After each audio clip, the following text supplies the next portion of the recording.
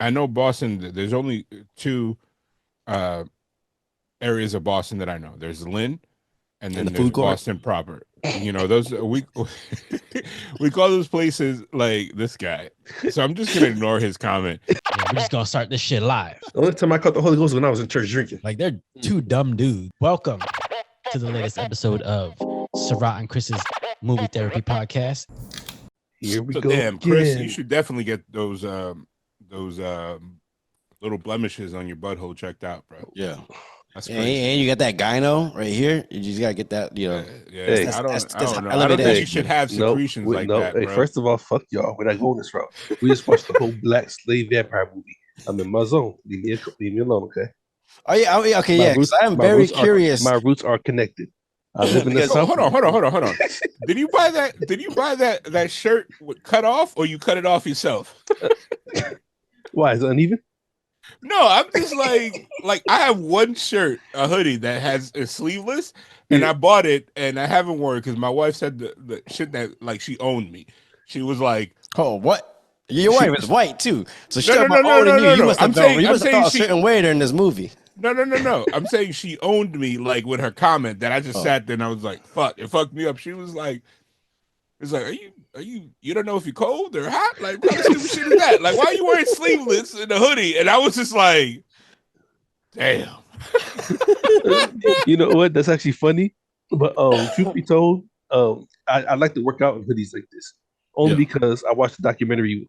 Like I'm a big fan of Kai Green, Mhm. the bodybuilder, and he works out in hoodies with no sleeves. But He don't I don't tuck know. his hoodies in like you do.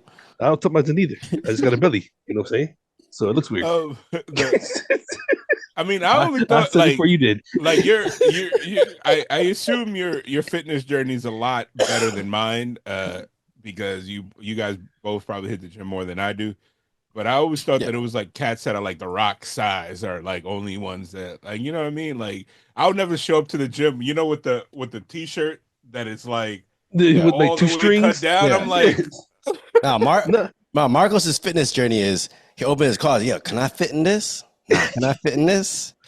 First of all, Marcus in the last 8 months, I dropped 45 pounds, and I'm very proud of that. Oh I shit! mean, Okay. congratulations, Changing congratulations, diet bro. and everything, diagnosis and all this shit. We're not gonna get into it, but I'm very happy. I'm swimming in clothes. I'm doing all this.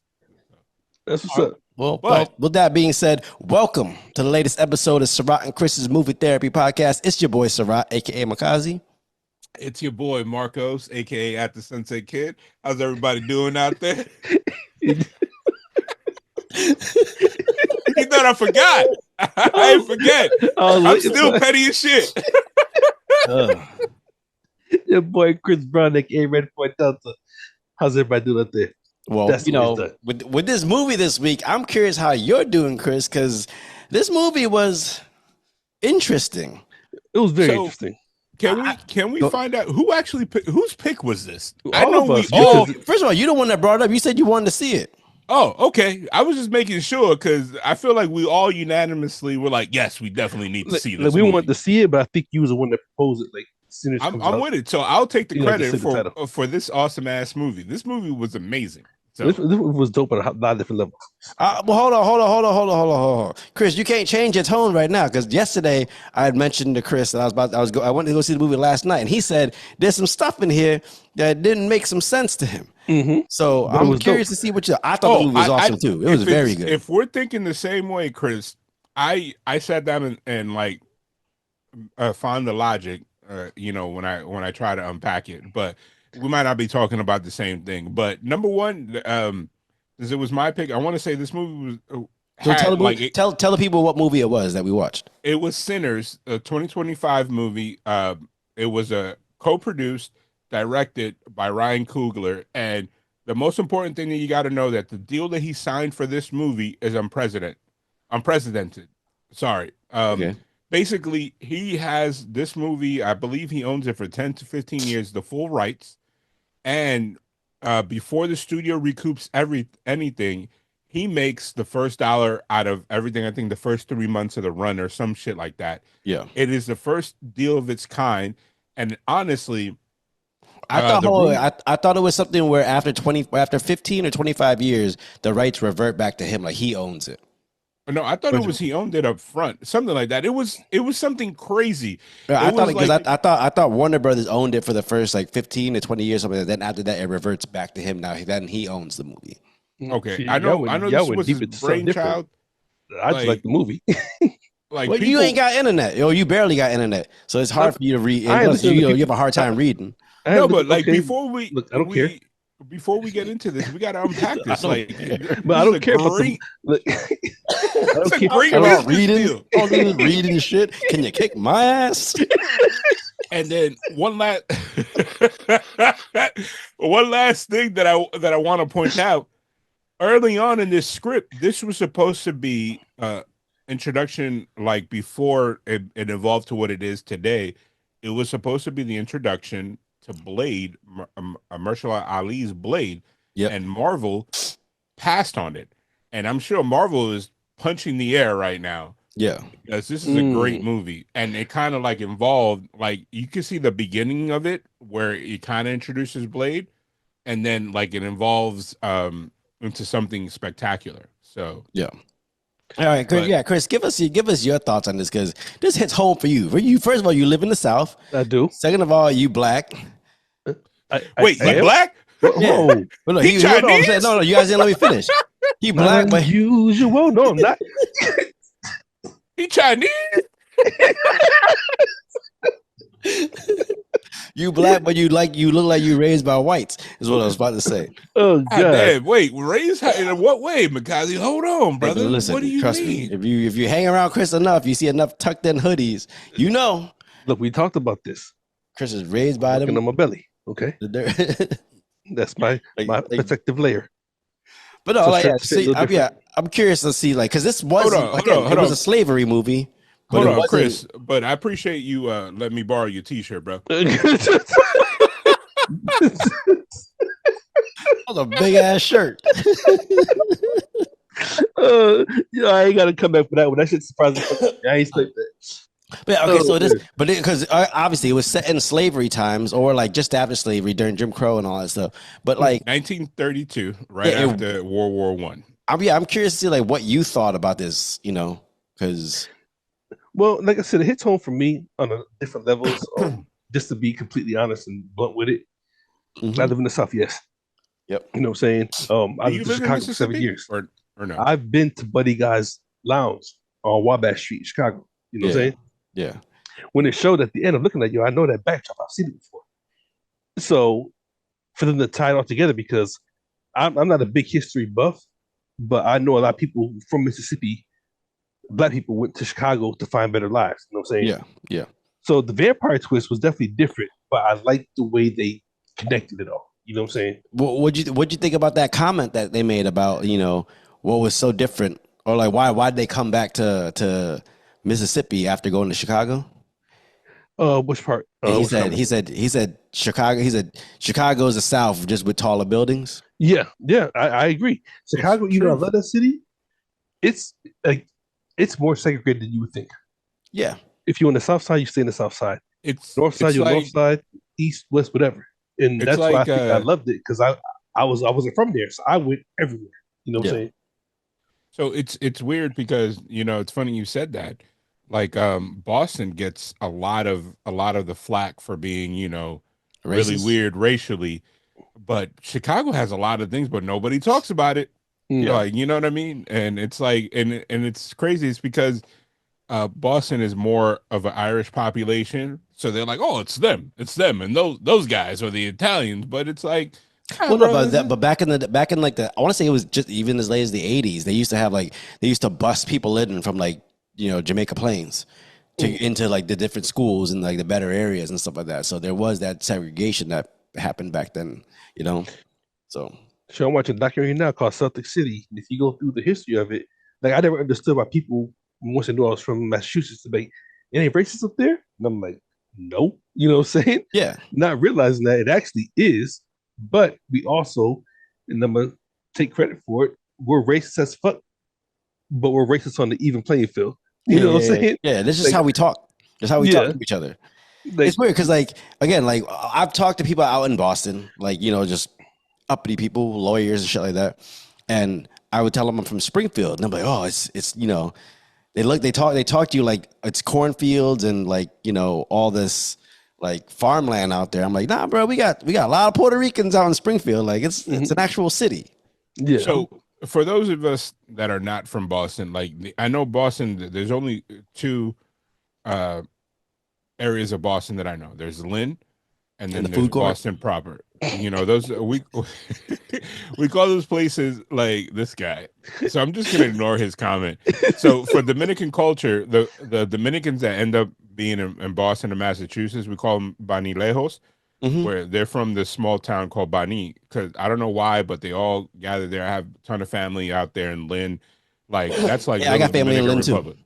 Yeah. I got So Lynn, family in Lynn, Revere. Actually, Lynn, but Lynn is going up towards the North Shore. So, like, depending on which section of Lynn you're either in the rundown area or you're in the nice area over by the fucking coast where they So got I, the million I dollar I wouldn't houses. even tell you like I think me growing up in Sunset Park, Brooklyn, which is more like a concrete jungle, not as severe as like the projects like that, but it's like urban culture, apartments, you know what I mean? There wasn't like any houses and shit like that. So anytime I go to neighborhoods, even when I moved to Maryland, even in the hood, I was like, how could this be hood? This houses like people like an entire family is living in the crib. They have a porch and grass. I'm like, I'm out here in a not tenement, but it's technically a tenement, a multi-dwelling like apartment building where Yeah. we don't got a doorman and shit like that. Like, and the gate is halfway always broken. I was like, I'm always like, oh, y'all just slumming it. Like, you know what I mean? This ain't this ain't hood at all. Like, Yeah. but I of course when I got older, I realized it's just the population, the median income, the schooling, and all that stuff. Where it's like almost every quote city got a unquote, hood. Yeah. Like shit, Even California. even in Orlando, like I stay on the east side of Orlando, so it's nice, there's all the stuff going on. But you go on the other side of, I-4. There's a reason why they call Pine Hills Crime Hills. So that's where all the crazy shit happens. Shit be funny out here. I live in the country. They be like, oh yeah, out there on Country Road 201, that's the hood. Like, what the fuck kind of hood you got out there? You know what I'm saying? They got like gangster cows. What the fuck going on? But nah, yeah. I just you think turn that corner, it's like, oh wait, this is the wrong part of the country over here. You know what I'm Yeah, saying? like I'm the type of person that my street instincts don't kick in unless I'm in an urban environment. Like, you know what I mean? Like when I first moved to Baltimore, like I got the lay of the land. When I went to when I was driving around and I see corner boys and I see people standing in front of buildings, like this is familiar. But I could roll up in like you said in the country, be like, oh, I'm all good, and I Yeah. realize this is an entire trap farm or house with cats with guns. I'll be like, oh shit, I'm about to get robbed. Look, Like they got the like flipping pigeons. Here they flip horses. You know what I'm saying? It's just different. yeah. Speaking of different, this movie Sinners, it's an original story. Hmm. And with An a lot of the amazing movies that story. come out right now, everything is all very like, part 2 of this or based off this IP. Like, how did y'all feel about seeing something that was like an original story? Because for me, when I was watching it, one of the things I appreciated was I didn't know what was coming next. There wasn't any expectation. There wasn't any like it felt very spontaneous in a good way to where I was just kind of locked in because like the story itself was like wholly original. Like how the hell you gonna think about vampires and slaves and all this shit? Like so you can't really anticipate what's about to happen next. So you're kind of just paying attention to everything. I'm curious what So y'all think. I mean, so yeah. go ahead, Chris. Okay. So yeah, I mean, I like the fact of not knowing what's happening next. It kept me on the edge of my seat. Yep. How it started, like the story, just understanding. Even the names are dope. Smokestack. You know what I'm saying? As Yeah, Smokestack Twins. Yeah, you know what I'm saying. Like there's so many different subliminal messages in it that I was really like happy about. Like even when like my favorite part of the movie is when the vampires come to the juke joint, whatever. Yep. And I'm a firm believer in this. Like I'm not gonna say I'm a spiritual person. I was born and raised in church. I catch the Holy Ghost every time I'm drinking. It is what it is. You know what I'm saying? Why you gotta say it like that? Because you I just do. said you catch a Holy Ghost. Because I only see God when I'm drunk.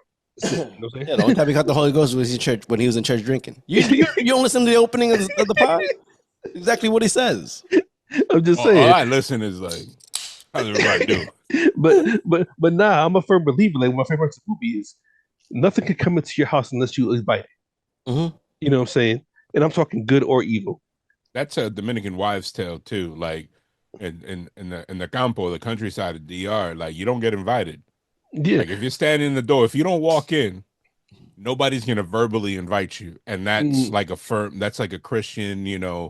country thing. And so it's like Lily was like, "What is this about?" Like, because she watches vampire movies, but she doesn't like. I'm a vampire movie nut. Like, I love vampire Would you movies, like even the Vampire in shitty ones. Brooklyn? Yes, that movie. Oh my god, my favorite part is like he said saying yes. it's good. He said yes. Well, it's an evil ass. If you get yourself some evil ass, then you good. That is, bro. Like I've been waiting for him to do a sequel to that movie. That movie is hilarious. Yeah. But Oh anyway, man. go ahead, Chris. So No, I'm like just saying, I'm but with you. Like no, when I'm it comes saying to that. because like as crazy as religion and everything can be, I don't dismiss that because I feel like I mean, just to be honest here, when me and my wife got together, there was some things that took a turn. And I asked her, I said, look, I know what demons I got. What demon are you? What did I let inside my house? You Yeah. know what I'm saying? Because I had to let it inside. Same with good. You as I said, you reap what you sow, everything else like that. Marcus, I don't know you from this podcast, and I've never met you face to face, shook your hand, whatever. But the fact that we talk, I invited your goodness into me, if that makes sense. Yeah. You know what I'm saying? Pause. No, yeah, look, yeah, shit. See, you had to Sorry. make it weird. You had to make it weird. All right, Did Cameron. I? No, but But no, I truly get that. I get that. So a couple things, because I really wanted to. I know we spend time talking about the allegories and all that stuff, but I like I'm having like common Tourette's here. Like I got to talk about the fact that this movie takes place in 1932. It's right after World War II. The Mm-hmm. two brothers are veterans, and they use the skills that the government gave them to become gangsters Yep. and be enforcers for the mob. And I don't know mm, if you picked up in the dialogue, they gave us exposition, and it's not like drowned out. It was like they gave you crumbs here and there that if you paid attention to the movie, you picked up on. Like they first started with I think the Capones, Yeah. and mhm, They then went up. They and went up then to Chicago to work for Capone. yep. and then they ended up working for the Irish mob.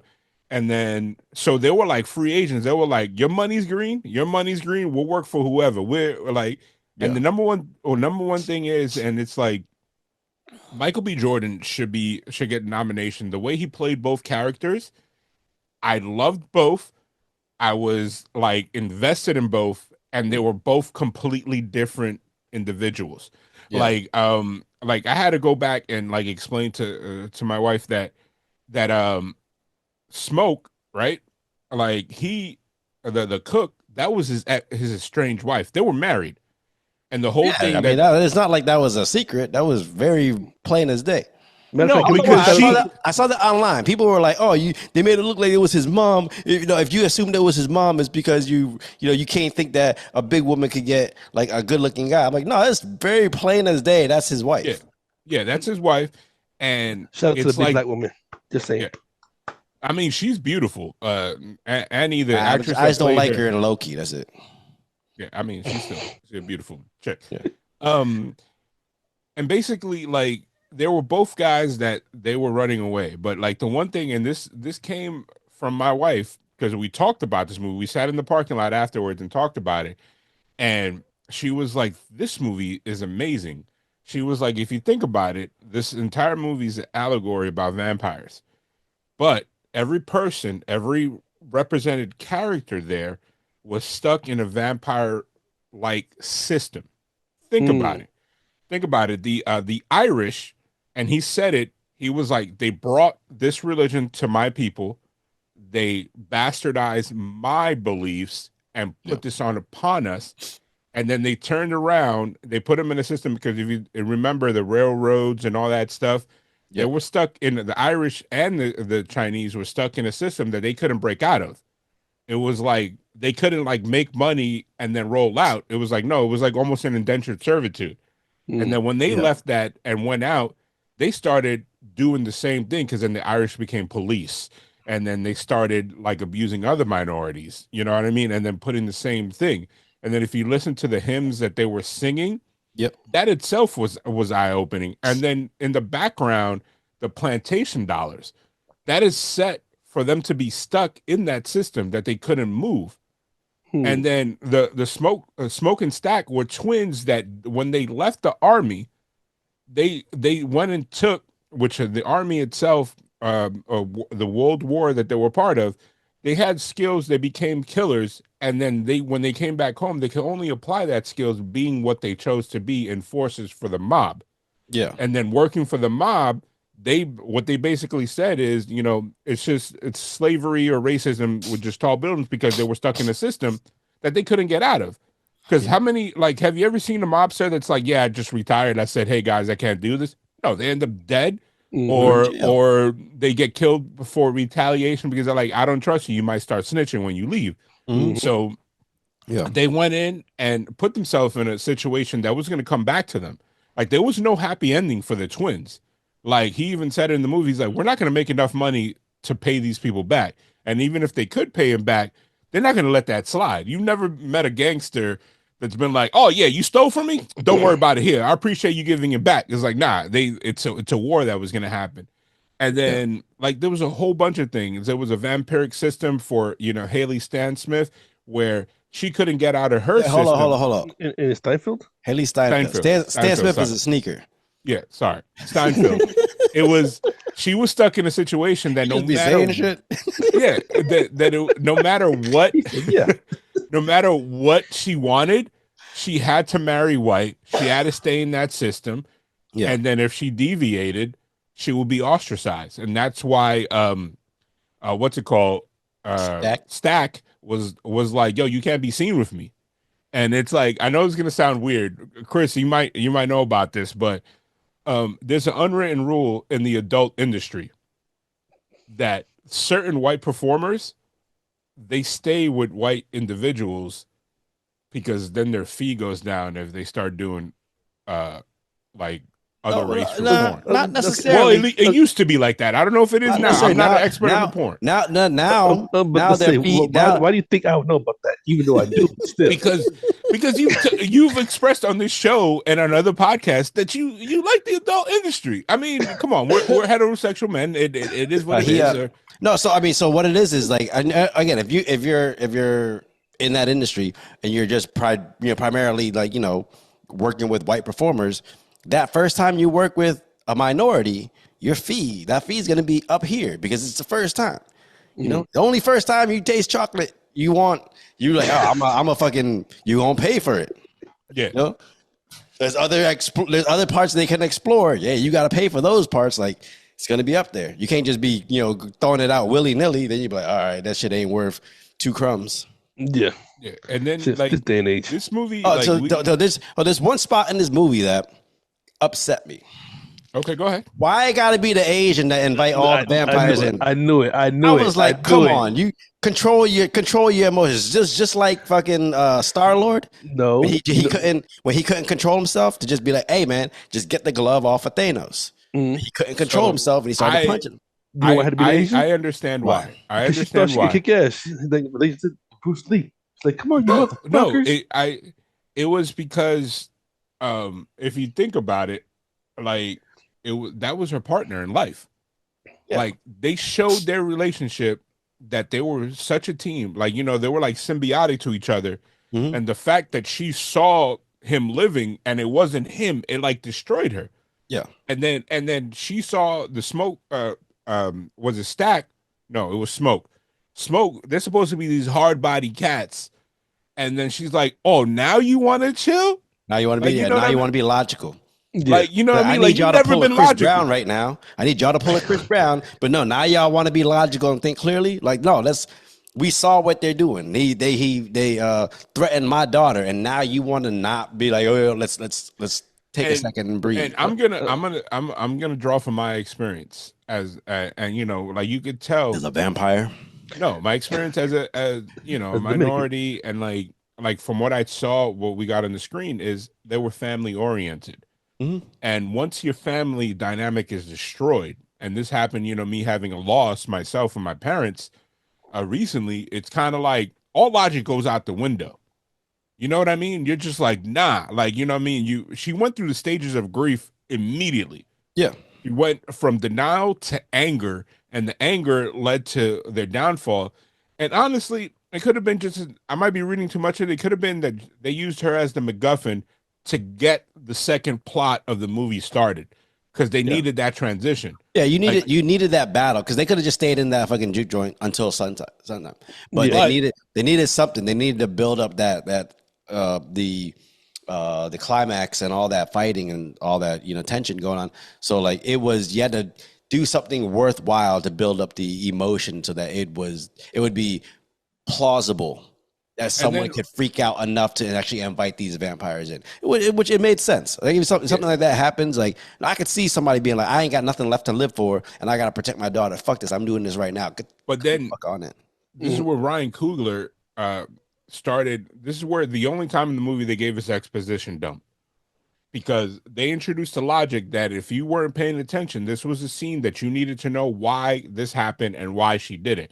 She explained when she was talking to Smoke, like, hey, so what are we gonna do? Sit here and then the entire town is gonna be turned? And it's like, it's not gonna be like, oh, we're gonna be good. If they can't get in the house, they're gonna go and kill everybody in the town. Yeah. You know what I mean? But they wanted him because of Sammy, the guitar player. Yeah. Like that was their objective. Which is why. Well, I'm sorry. I'm just saying they would have came back for him. Like, but remember I was saying there's something I missed. Why did they want him so much? That's what I didn't. Give me a sec. In the beginning scene, they did they scrolled down and explained that there's individuals that could contact, like, through their music. They can, when they play, it blurs the line between the supernatural and the reality. Okay, you're right. And then when they're playing the music, everybody can hear it. It's like a siren song, like, you know what I mean? And that's why if you saw all the ancestors of every culture that was there, when they did the beat breakdown, which was dope, by the way. I thought that was an amazing scene. Yeah. So when the ancestors, when the veil was like disappeared, that's what led to the vampires there. I don't think he wanted to kill them. Like the guy, and again, it goes back to ancestry and what was taken from you and emotion. The main vampire, he just wanted to see his people. Because, and it was a weird situation because at the end, I spoke to my wife. She was like, how come he didn't just accept the death? And he was like, well, if you think about it, if you take the religious connotation, once you become a person that can't get into the paradise or kingdom, whatever, heaven, whatever, you're going to hell. Yep. So you're not going to see your people, or you might be a different hell. You might be going to purgatory because you're a demon that's sentenced to walk the earth or whatever. So he knew that the only way for him to see his ancestors and his family that probably are dead and gone thousands of years or hundreds of years is for him to get that veil down and he's able to see it. So go ahead. I'll let you finish. Go ahead. I'll say, can we talk about the Indians? I thought they had a very significant part in this because they were hunting the vampire. Mm-hmm. Yeah, because they were like they were hunting the vampire. They knew what they were. They knew like what this dude was. So like they're like, because again, I think Native Americans are spiritual people. So they live off the earth. Like the earth is there, so to speak. Yeah, so they recognize like that evil that was traveling across the country. But can we talk about the symbolism behind that? Before we go into that, because I stepped away for a sec, so I kind of missed that whole what you guys were talking about with that scene with the dancing scene where it showed all the future and the past and all that stuff. Mm-hmm. Like one of the things I thought that was really significant and dope about that is because, like they said, like when Sammy played the guitar, like it was that magic. He allowed you to see your future and your past, and he let all the good spirits in and stuff like that. But then that also let the bad spirits in. Like he opened the veil for everybody, not just the people he wanted. Mm-hmm. So that's why, like, when I saw that, I was like, I thought it was dope when they had everybody dancing, but all of a sudden when it showed the whole juke joint was burnt down and it showed all the vampires able to see too, they're like, oh, okay, like, yeah, that's why his dad was like, hey, that guitar is good. You're gonna invite that evil in, and that's kind of like what he was talking about. Here's the crazy thing: the dad, even unwillingly warned Sam. It was like, listen, bro, you can't play this music because It's not for God. Mm-hmm. Like I 100% believe that those vampires are going to keep moving. I thought they were going to keep traveling because that guy was running. He was like, I'm not going to stay here because I know the Indians know I'm in this area, Yeah. or the Native Americans. Yeah. So they kind of like got stopped. And then when they heard the plane, they doubled back and they were like, oh, I guess we got some time now. Like, you know what I mean? Yeah. But the what I was trying to say earlier, the symbolism with the Native Americans, again, think about the history. Native Americans, when they came here, they were like, they're willing to share. And then when they started realizing that the settlers were not who they said they were taking and like raping the land. And, as protectors of what we now know, the US and South America, it's kind of like they warned us. Yeah. And like Yeah, it's like he Twilight, was, yeah, huh? Jacob and all the Indians was protecting against the vampires. Same thing. No, but not even that. It was taking it more. He was like, okay, like if you think about it, they were trying to protect us from oppression and spreading of the quote unquote, because this is what I took away, the white man's disease. You know what I mean? So he tried to save them, but then, just like Native Americans now, they're like, you know what? Y'all ain't listening to us. What the homeboy say? He said, hey, we got to get out of here. They ain't say we coming back. Them dudes were like, he tried to warn her, and then she was like, get out of here. And then he was like, whatever. They went back to where they're from. They're like, we tried everything. We're going to keep ourselves, insulated and protected. Yeah. All right. So Chris, you said when I was talking to you on the phone, you did say that there was some spots in this movie that, you may not made sense to you, or you didn't get. Like, well, elaborate on that, because I'm curious. Okay. Like, that all made sense to me. No, I mean the movie itself made sense, but I felt like there was some parts that I missed. I was like, okay, wait a minute, how's that tied to this? Like, for instance, I missed the conversation about the guy that sold them the barn or sold them the juke joint, whatever. And I know he said something about he was a grand wizard or something like that. Yeah, Grand Wizard of the KKK. Yeah, but how's that tied into the vampire? You know what I'm saying? Well, no, they're just saying that it was almost like inviting that evil in, like that when basically that place that it was like a slaughterhouse of it. So like, he sold them. He goes, you thought that white man was gonna sell you this place and then just walk away and you're good. You have this land. Like, no, they were gonna come back. They knew you had that money. They were gonna come back and they were gonna kill you guys. They were gonna take your money and then come back and kill you. So it was essentially like the idea of like inviting that evil into your life. Like, you invited this evil into your life, but then it also took that spiritual and that fantastical turn and did that same thing with the vampires coming in. It's just kind of like that same kind of succubus, but it's just a human, not versus a vampire. But are you you missed out the part like where that they saw that he was the KKK or something, or like what part did you miss out? No, I caught that, but the fact that the vampire was telling the story, and I missed, unless it wasn't there. Like, I was trying to figure out how the KKK tied into the vampire. So if that was when he showed up at the house, right? When they showed that house, the KKK robe was on that couple's bed. Okay, I got you. It was a couple's bed, and then he basically. So the brothers were 100% like, they knew, they were not stupid. They knew that what they agreed to with this guy, and he told them straight up, like, hey, like, if you and your buddies come back, we're gonna shoot you. Like, even the fact that Smoke stayed and prepared for them, they 100% knew that this was gonna happen. Yeah. And it was like, we're gonna stand our ground. And then I believe that they were strong enough presence, like there were so many minorities in that town that the police could have not came in and like supported them. He was like, I think he was gonna body those guys regardless. Yeah. But the crazy thing is that I think is the biggest symbolism in the whole movie is that the racist landowner, Hogwood, he basically accepted his money, made them play by their rules, made a land deal, and then turned around and double cross him. So basically put him in a vampire system that the only people that get further are the white people, because he was going to take that, he was going to kill them, take the land, sell it back to somebody else, and keep doing it over and over again. Gotcha. Okay. Like think about it. It's like, you know what I mean? It's like they were moving the goalposts. Yeah. Like remember like redlining. This is, and I'm about to get real technical. Like they're like, okay, like minority communities, you can live in this area, right? Mhm. This is your area. But then once the minorities were striving or thriving rather, making money, they're like, no, no, no, we're gonna draw this out. Like I see you guys are having too much fun. We're gonna do this. Like you remember, and I forgot what TV show they referenced it. It was a TV show based on this comic book movie where they burned the whole town. That it was a racial riot. It was on an HBO TV show recently Okay. where that the black millionaires. I know the game references it a lot. It was a town. Or I want to BMF? say, huh? BMF? No, no, no, no, no. It was a like a You said town. superhero movie. Yeah, it was, but they rooted that. It's a real incident where The Chicago Fire is the only thing I could think of, or Detroit. no, no, no. It was like hold on. Oh my god. I don't know what you're And talking about, bro.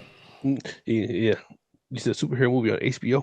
What'd you think of Haley Steinfeld in this movie? Because, like, I, first of all, that's my girl. First of all, shit, you can't spell your girl. sorry, I'm listen, sorry. yeah, I can Black spell Wall my girl, Street. M-Y girl. You heard Black Wall Street, the Tulsa massacre. Okay. So back in 1921, like a neighboring town of white people burned down this entire district of Greenwood, Tulsa, Mhm. which was Hold on, what superhero movie references Black Wall Street? Yeah. Black Wall Street is Forget in a couple movies. It was No, but you said superhero. That's why that yes, threw me off. it's You oh talking my about Luke god. Cage? What's going on here? No. It's this shit that they had a black woman lead. It was on HBO. The Lou Gossett Watchmen? Jr. was yes. Okay, They're referencing the Watchmen TV show about the Black Wall Did you see Street that? massacre. Did you see the Watchmen TV show, Chris? No, I Bro, didn't. you gotta So they watch it. opened up Regina with that King? show with Okay. one of the main characters, Yeah, fucking Sister being- Night. being born into Tulsa burning, and it kind of like it referenced that in the movie because it was like like basically like, oh man, we boxed them in so well that they expecting them to be poor and to be, but then once they see a group that they wanted to pin down thriving, literally in Tulsa they burned the city down Mhm. because they were like, I don't like the way y'all make it, y'all making money and living well, and it's like what was happening with the landowner. He like that jute joint was gonna make bread. Yeah, But the simple fact that it was going to give somebody hope and thrive, and then these black people were going to be rich in the town, they were going to be like, we don't like that. Like, you know what I mean? Like that type of deal. And that's why I think it's the biggest symbolism in the entire movie. what do you think about Haley Steinfeld? That's symbolism right there. That's Nah, sexy woman. No, I do like this. I like the fact that she was like, as crazy as it sounds, I feel like there was no main character, if that makes sense. Like, obviously, Michael B. Jordan was the main character, Yeah. but I feel like It was almost like an ensemble. she had her screen time and it was Yeah. good. Even Delroy Lintel's character as the drunk person, he had his screen time and it was dope. I do. You know what I'm saying? He was great in this movie. You know, I love though. He was like, I ain't drunk right now. Like that's my dog. People don't be believing me. Like you know what I'm saying? But He drank that beer. He's like, oh yeah. That's a Chris. He just pulled a Chris. he's like, wait a minute, that's a real Irish beer right there. Look, everybody knows. Like back in the day when I was really into my heavy drinking, hey Chris, need you over here. I need to do something, whatever. Oh gosh, I got a bottle of Jack for you. I'm on my way. You know what I'm saying? Yeah. And then you Quick and think easy, about you it, know? it's I think I don't know if it's accurate, but what they showed is that was the first time cold beer was introduced. Like a lot of those towns used to drink liquor and stuff like that was like warm or whatever. Yeah, the corn liquor. Yeah. Yeah. So he was like, whoa. First of all, How the hell they keep it cold? Huh? How they keep it cold? That shit was in the back of a truck out in the field somewhere. I can tell you never been in the country. I was gonna say I can tell you cold. exactly how they kept it cold. They have a huge ass block of ice that they keep covered, and the block like you ever seen I'm gonna sound real Hispanic. You ever seen the frio? Like the Spanish guy in the cart that he scrapes the ice Yes. and puts it in the snow cone. Yeah, that's the same concept. Those blocks of ice can go a couple days without melting. And then if you notice in the truck, they kept it covered and in the shade. You throw that in the back. That's how in Dominican Republic, like if they're in a rural area, they'll have a block of ice and they'll just keep the beers around it, and that's how it stays cold. You keep that cooler shut, and like See, I thought just because I lived in Germany, they don't sell beer cold. Yeah. well, You know what I'm saying?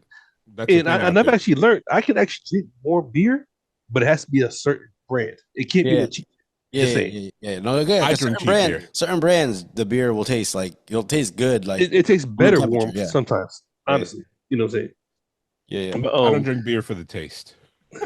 I mean, and you know I Yeah, like what? well, shitty beer. do y'all have a favorite moment in this movie? Because I do. I told you mine when that whole part about being invited in. That part was so significant to me. Like whether it's good or evil, you got to Yeah. invite it into your living space. That's my favorite part. I don't know. For me, it was when they was trying to rob the truck. And then he walked away and he shot him in the leg. He goes, "What you?" He goes, "Bruce Lee, what you do that for?" He goes, "I can't let y'all go around talking about I almost robbed the Smokestack twins, and you ain't got nothing to show for it." Like that's what that was for. Like yeah, you can say that, but That's like hood there's some mentality evidence. 101. I was like, I knew as soon as he shot the first guy, he was like, he's gonna shoot that second guy. And Lily was like, why? I was like, you'll see. Yeah, It's like a thing. You can't try to rip me off and walk around like you good in the streets. Yeah. Look, you ever seen that show on was it not came on Cartoon Network? Which one? Minority. Yeah. No, I had never seen it. Should I Okay, check that out? but you know how the Asian dude, his headquarters was the laundromat. The Asian dude in this one had the store. I'm Yeah. just saying. And he went. He's like, "Hey, I got this people outside need some patching up, Yep. and I need you to come over here." They talked some money. They made it happen. I'm telling you, Wu-Tang Clan. I mean, So Asian Blazer connection. You know what I'm saying? Yeah, blacks and Asians, they come together. We've always connected, because we've always been like blacks and Asians have always been in the same neighborhood.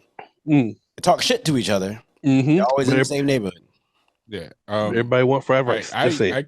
I completely understood that entire scene, but my favorite scene, honestly, was when the two brothers Fried fish. finally had Using the the wrong- confrontation. Like they're using the wrong grease. The peanut oil for the fish. That's the best oil for fish fry. Jared, so Which my one? favorite scene was when the two brothers finally confronted each other. Like Hmm. I immediately knew the way they cut away that they were gonna work out a deal because that love there, like that was his man, the 100 grand. Like you know what I mean? Like it's funny because I saw it like right before WrestleMania weekend, and this is gonna sound stupid. Like I feel like every twin that I know in the back of my mind, I was like, this is probably how their relationship is. Like I was like the Usos, my wife's cousins, my own cousins. I was like, I can relate. Like I know how it is. It was just like you know what I mean? Like nah, not my brother. Like like this somebody you could like you know what I mean? Like I have cousins of mine that all they did was fist fight all the time to the Yeah. point that they try to go to different high schools and then they ended up the one that was like the protective one, even though that they were like identical, would get kicked out of the one school and he had to go to the same school as his brother because they're like, nah, Yeah. like, you ain't running up. And like the personalities, I love the fact that Smoke like was very appropriate. He was the hothead. He was the one that was like, I ain't messing around. Mhm. Stack was the one that was like business minded and everything. And if you think about it, at least for me, I don't want to offend any twins out there. I'm not a twin myself. I felt like my experience, that's how it is. One is cool headed and the other one is like nah, bro, we want, to use the name. We want all the smoke. You gotta figure. Okay, so twins. I don't know if this is real. I'm just spitballing. You got twins and your chromosomes split, right?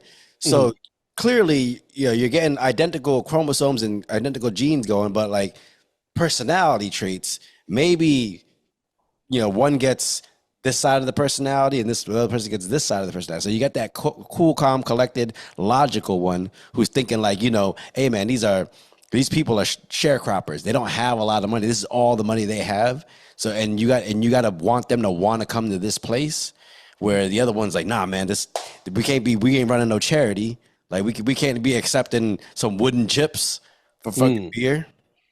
Yeah. Like I feel like that's what would happen if you had twins. You got one brother that's just like he's got that fire part of the personality, where the other one's like that one that can keep things calm and make the situation better. But then can we both agree that both guys' personal lives was in shambles? like one left his wife after the baby passed, and because he wanted to pursue his brother. His brother was his number one partner in life. Mhm.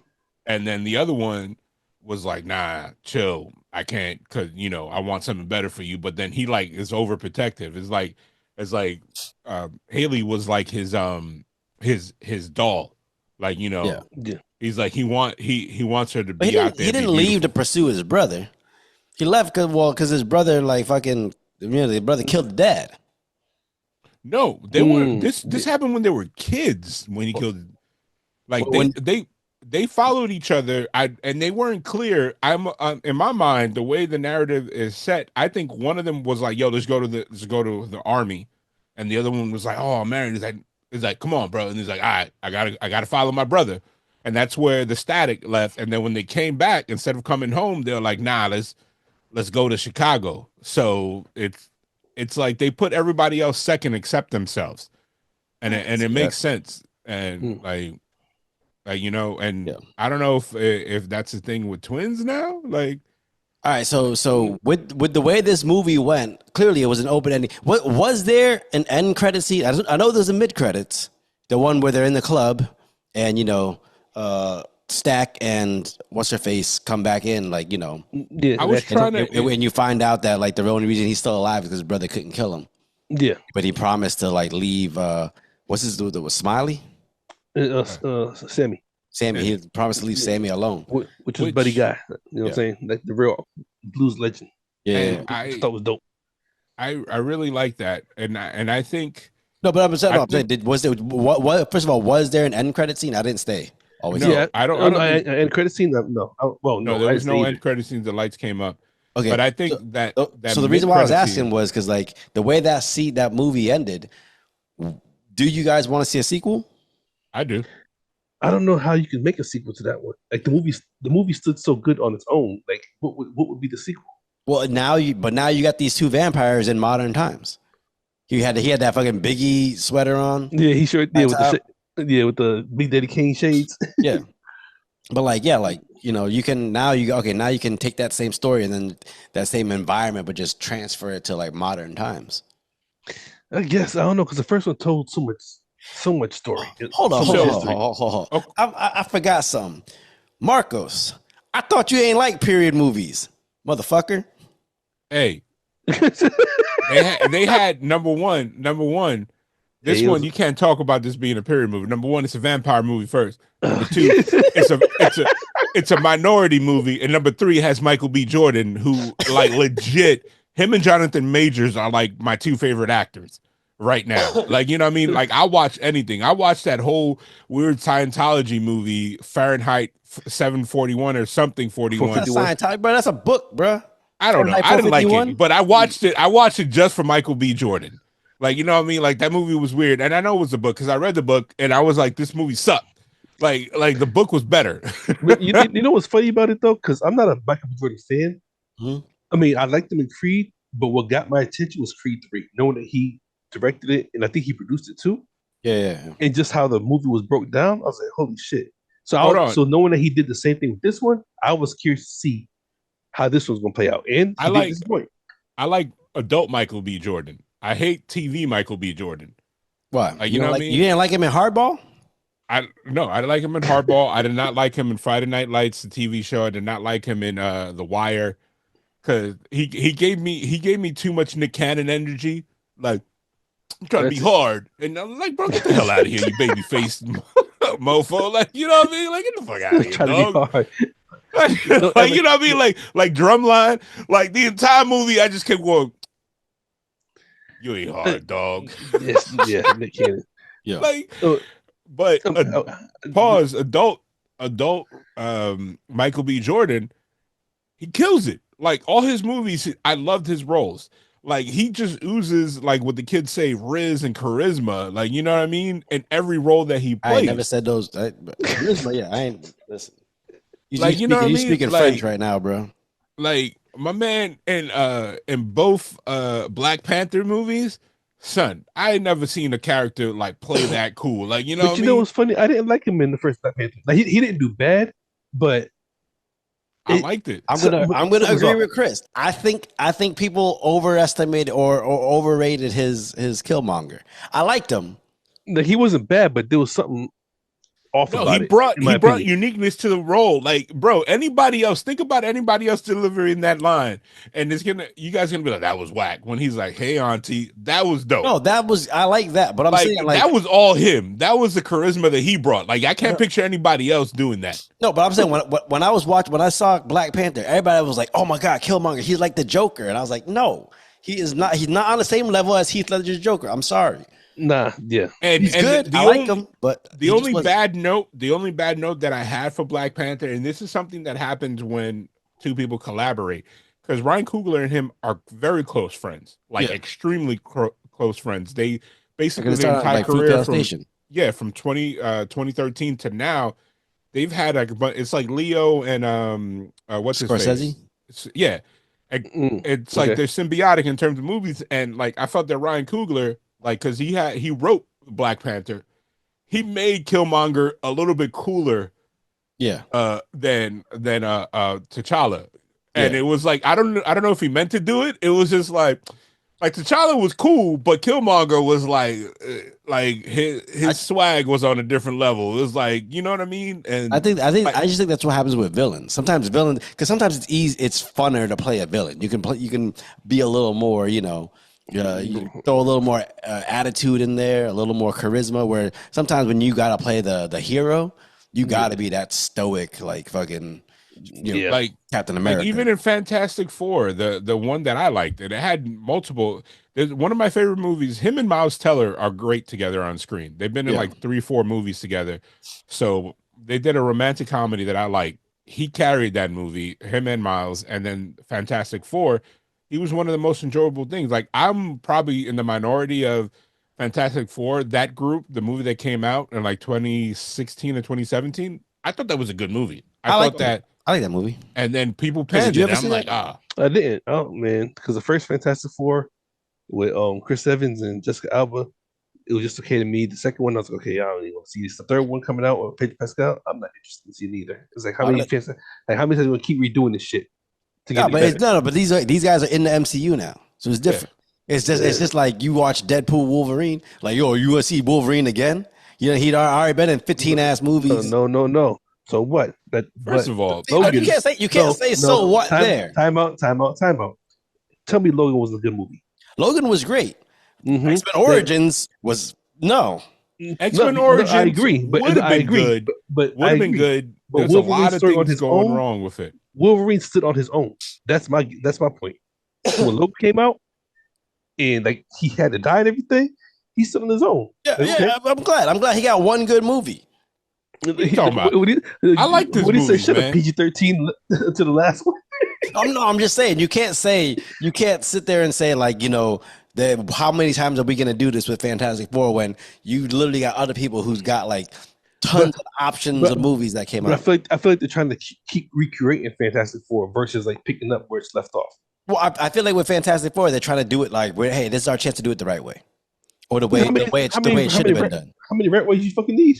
But listen, how many times you gonna do the whole? Oh, she has to go invisible that comes back and has no clothes. Like, that's such a fucking cheap gag. I mean, granted, it's Jessica Alba, so I ain't gonna fucking complain. But I'm saying, when I stopped liking Jessica Alba, like never. When I stopped thinking, you about to lose your Latino card right now. Hold on, say man. I stopped being fully attracted to her when she did Honey. That movie was so corny. What? Honey's what made her attractive. God damn it. That that movie's so dated, dog. Like, yeah, that's high school. In a good way. Get out of here. You stopped fucking with her after fucking Honey. Bruh, get out of here. You no more empanadas for you. First of all, did you guys see that meme that I sent y'all? Who the fuck put the empanadas in my sister's Easter eggs? Look, I thought I'd have been happy. I thought, oh shit, it's still warm, crispy. So this movie scored 71 million worldwide. And God dang, you be doing numbers. I just watch movies. For what? Hold on, for Sinners? Yeah, on its opening weekend. 74. 74. Sorry. Okay. But in my head, I heard 740. No, 74 million. Okay. Yeah. Yeah, which is it's again, it's an original movie. I don't know if it's still in the positive now. Can't It hear was you. the budget was like 90 something million or something like Yeah, so I think by its run, it's gonna finish it because these movies, unfortunately, in the 2025 now movies have like a 45-day theater run. that. I think it's gonna be out of the theater by May 2nd, or at least it's gonna start winning. That's when Thunderbolts come out, and I Can't think wait it's for gonna that shit. recoup its. Huh? I can't wait for Thunderbolts. Yeah, I Yeah. think that's a So new when introduction. we get off camera, I'm gonna tell you an update about Thunderbolts. That's gonna make us happy. Um, so I think it's gonna make money, and I think it's gonna do gangbusters on home theater release. Yeah. I might go back to physical on this. I never buy physical, but I might buy the special edition, whatever Blu-ray. metal shit cover that like because No, I like this movie. Even I my think this wife was one. like, "Oh, we're gonna get this right when it comes out," and she never encouraged me to spend money on anything that Yeah. I can download. Yeah. You know what it was? This one was say, no, there's a part of this podcast where I gotta be me. So y'all was waiting for it. Yep. That white woman want that black man. Y'all be careful out there. 2025. Look, Bro, look, she said it. Hold on. Look, First like of all- you talked about the algorithm or whatever, where she got her a good white man, whatever. Y'all be careful. White woman's coming. Bro, no, Hey, she got excited. She got Hey, excited. hang your t-shirt up, nigga, with the white background. You know what I'm saying? you know what's funny? You know what's I know. funny? I bet she saw that scene where the dude was like, she's like, no, I gotta wash myself first. He goes, nah, I just want to taste you. Oh, speaking of, that's my other. I thought you were gonna bring that up first. I look, can't. that's- I lost. My bingo card had. I didn't have Makazi saying this. I No, had myself bringing no, that up before anybody else. It was sitting here in the back of my mind. I was waiting for it, but yeah, woman, that's a good woman right there. Don't you serve your men no stinky fucking coochie.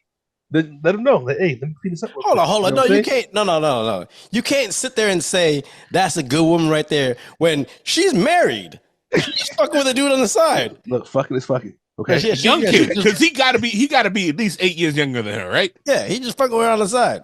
Look, Like, no, that's a good woman. I'm gonna cheat on you, but not with some stinky pussy. Okay. Did he beat? I don't think so. No, I don't think so either. I just love when the dude said, "Hey, go in there." He's Stack's in that room right there. Stack busy? Oh, Stack busy? Okay. I thought they was making love. You know what I'm saying? You know what's funny? Oh, man. Like, so you see the Downey meme with the bunnies like this, looking to the side. So anytime there's like somebody on the screen that I know my wife finds attractive, I just be looking at her like, and like she's funny because she won't like the only person that I want to say. Fuck, I already. Oh, Miles Teller. When we were watching the Top movie, no, not even Top Gun. It was the movie that him and the girl that did that chess Netflix show when there were two Did individuals. you say chest? Yeah, chess. Oh yeah, Like- Queen's Gambit. Fucking Anna Joy Taylor. Him and her did a movie about like two people from different countries that are protecting like the gorge, I believe it's called. Oh, it's called The Gorge. I want Yeah. to see. I didn't see it yet. So Miles Teller is like shirtless a few times in the movie, and then Lily goes to me. She goes, "Baby, you gonna look like that for me one day?" And I was like, "What? I would have to start training now, and I ain't got that much maybe time. before I'm 50, Oh, make it gosh. there." And I was like, "I did not know that was your hall pass." And she was like, she looked at me like, "Shit, the way you talk about other actresses, you must have a whole Rolodex." And I was like, "Well, I'm sorry." but it's funny, in typical guy faction, I was like, the one guy that she finally, after us being together for 10 years, and she's like, he looks attractive. I'm sitting there like, when I know for a fact, I'd be like, God damn. Like, when I see movies, what happens? Like, whoa. I should Like, just have her just tell her to put on Honey, and then when she looks at you and your reaction to Jessica Alba, she's like, "All right, he's fine." and I ain't gotta worry about I don't know. My wife I knows just some of my don't. crushes. I don't like petite I know, women. fucking I'm Aunt sorry. Jemima. I don't like petite No, women. shit, they never on pancakes. They never on pancakes. Say that right now. Nah, I don't like As soon petite as they women. teach you shit, you need a strong black woman behind you. Remember that, Like- God damn it. Like You know what I'm saying? my Latina Even though I'm crush. married to a white woman, you need a strong black woman behind you. Can we talk? My She Latina here right now to crush. say that shit. Check this out. My Latina crush that I could pull on that string to actually meet her at any point in time is, you ever seen Amaya? Orange is the New Black? Yeah. You're really gonna have to go with this because I know every actress the on Orange is Latin the New girl, Black. the Latin girl, the Spanish chick from Orange is the New Black. There's a couple of them. You mean No, the one the that teacher from not Spider Man? no, the girl that was like thicker and then she got slim. That she's Dominican. I know did she get slim? I know She you're did. talking about. The one that was fucking the guard or whatever. Yeah. That Okay. the one that got Yeah, her Dasha name's Polanco. Delitza in real life. Yeah, her name is Dasha Polanco. She's Dominican. She went to high One school. of them D names. This guy. She went to high school with my cousin's best friend.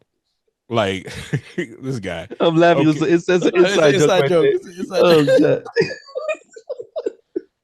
So she went to high school with my cousin's best friend. Like it's like 2 high schools away.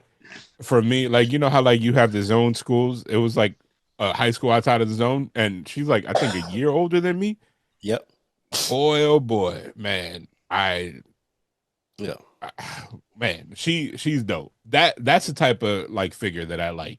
But nah, not Jessica Alba. Jessica Alba, I'd be like, here, girl, here's a sandwich. Like I know you ain't had, like I know you ain't had carbs in a while. Like you know what I mean? Like the only person that's sandwich. like the only person that has that body type that I actually think she's pretty is the girl that played Harley Quinn. Fucking Margot Robbie. Yeah, but even her, it all She can get a depends. minutes too. Hell yeah.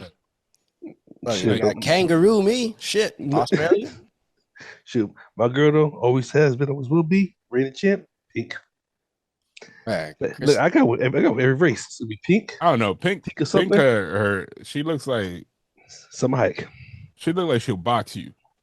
Pink. She probably. I know. That's what make it so fun. Chris likes Pink's that. arms are Hurt a me. little too cut for Come me. on, Pink. Hurt me. Turn me pink. Pink's arms are a little bit too brolic for me. Like I feel like I take shit. What she'd be like, hey babe, come over here. I'm like, what you mean come over here, yo? Fuck. Marcos will walk in the room. Pink will be doing push-ups. He'll be like, nah, I can't do this. All right, Like, all right, so final thoughts on God. Sinners. Final thoughts on Sinners. Marcos, it was your movie, so you go first. Oh man. Go see it. I'm gonna see it again. I have passes that those passes that you got to wait like a week until the movie's out. I'm gonna use them to watch it again. Like I'm gonna Pete Hawking when it releases. It's probably my favorite movie of the year so far. And I think I said that a couple times, but my heart at the end of the year, my favorite movie, because I'm a nerd, is going to be Superman. I really hope that movie doesn't suck, but this right here is either going to be number one or a close second. Chris? Final thoughts. Dope movie. Lots of little messages, a lot of history. Like to hit home for me just from living in Chicago and living in the South now. I will say my takeaway from the movie is the one part where they say anything that's built on a lie can't stand. Yeah.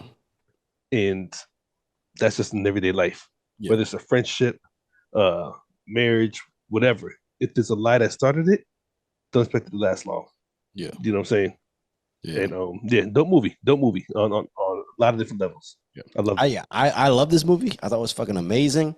I had a fucking great time watching it. I was locked in, and I want to see more original stories like this. Like I want studios to take a chance on doing movies like this, because I feel like other than Christopher Nolan, like there's not a lot of other places that are doing like original stories. It's always based off of something. Like, yeah, just fucking put more movies like this out. Take chances. So going back what we talked about earlier, is there a sequel? And Ryan Coogler, I saw an article where he said, I don't go in thinking about that. Yeah, He you was can't. like, You gotta go. I'm not. You gotta go and he's want to like- make just the best movie possible. Yeah, he said, I'm not saying that it's not going to happen, but he's like, it's all about this movie when it's out now. And then he's like, I'm locking in on my next project. So this might be something he revisits. He left it wide open for it. Yeah. Like I want to see Haley's character and Stack in the modern times. And I think it's going to give us a radically different movie. Like it's going to take us in a different direction. And I trust the guy that created the IP to make it make sense. I don't think it's going to have the same subject matter as the first one. Yeah. It might develop into something even more meaningful in the second one. We'll switch to werewolves. No, I think it's gonna still be with vampires, but it's gonna lead to something else. It might be like the racial divide and economically and stuff like that in the '90s. Because think about it, the '90s was horrible. Yeah. If you were a minority, up until like the mid '90s when rap was the shit, like it like '91. Rap didn't become the shit till like last week, man. Even though rap was Well, better than '90s, it didn't like become the shit till last week. yeah, but it's like, it was more uplifting for music. And if you think about it, that is the perfect dropping point because during the 30s and those it was blues, and then blues got stolen and turned into rock and roll and R&B, and then in the 90s is when that whole hip hop Yeah. movement takes. And if you want to take, the essence Are and you the go- soul of culture, It's going to be another period movie. Are you going to watch it? yeah, I like it. I like like, yo, if it's in there, but if the movie's like, oh, this is set in the 1930s and they're you know what I mean, and it's like one of my other movies that I like that it's a period movie was what is it, 310 to Yuma.